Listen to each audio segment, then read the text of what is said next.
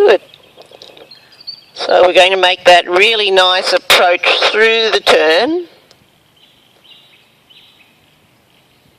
Use the bend and the flexion through the turn to prepare your horse to come straight down through the chute that takes you over the trotting poles.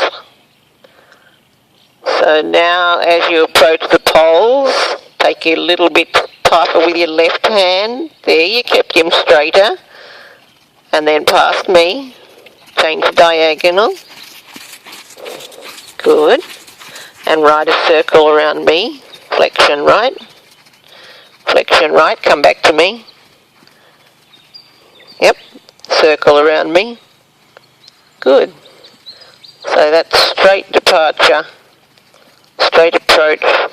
And prepare to walk. And walk. And give him a pat.